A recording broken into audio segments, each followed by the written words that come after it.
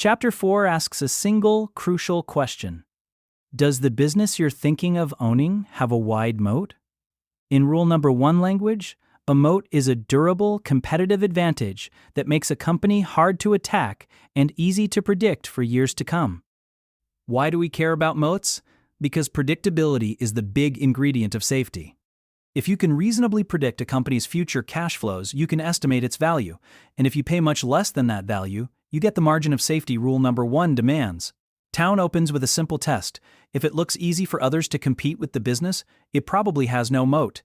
Commodity businesses, cherries off a tree, independent delis, gas stations, plain t-shirt makers are easy to enter and compete against. They have no protection. On the other hand, businesses that are hard to displace, Coke, Gillette, Disney, Apple, Walmart, usually have moats. Their customers come back, they can raise prices with inflation, and competitors find it difficult or unprofitable to take their share. He gives concrete familiar examples to show how different moats work. Brand moat: customers choose Coke or Nike even if cheaper alternatives exist because of trust, habit, identity. Secret moat: patents or trade secrets block direct competition. Think Pfizer drugs, Intel chip know-how. Toll: regulatory/position. Moat: utilities or dominant media outlets act like toll bridges. You have to use them. PG&E, Washington Post. Switching cost moat: products so embedded in users' lives or processes that switching is costly. Microsoft Windows, Paychex payroll systems. Price moat: companies that can operate at such low cost that others can't match their prices. Walmart, Costco. Town stresses sustainability. A moat must be defendable over decades. Coca-Cola defends its moat with a secret formula: marketing and distribution. Harley-Davidson defends its identity, feel, and status. Moats can erode. Google challenges Microsoft, for example, so you must judge whether the moat is durable. A vital point he repeats: a wide moat makes a firm's future more predictable, but it doesn't guarantee the stock is cheap today. Moat does not equal bargain. Great companies can be wildly overpriced. Coke and Pepsi both delivered about the same 25-year compounded returns in Town's example, yet market prices had vastly different swings.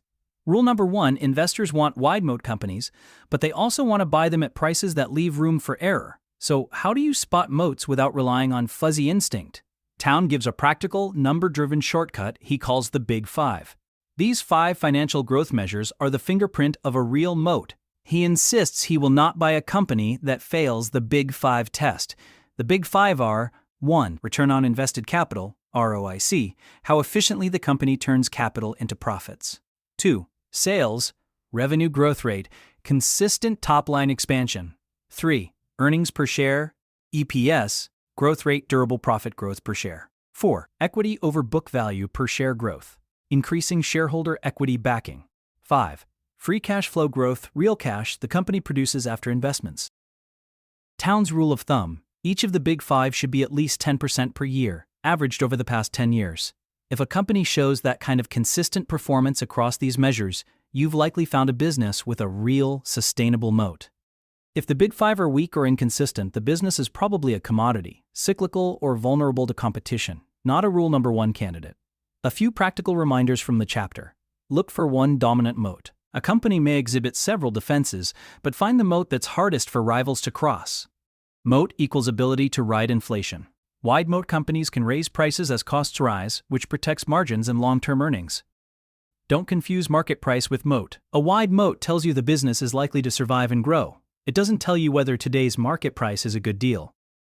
Use the Big Five to take the guesswork out. The 5 growth metrics are the objective tests that reveal a moat in the numbers. Town ends the chapter by saying the Big Five are what you'll use to see a moat in the financials, and that Chapter 6 will show you where to find and calculate these numbers. The takeaway is straightforward and actionable. Find businesses whose economics make future performance predictable.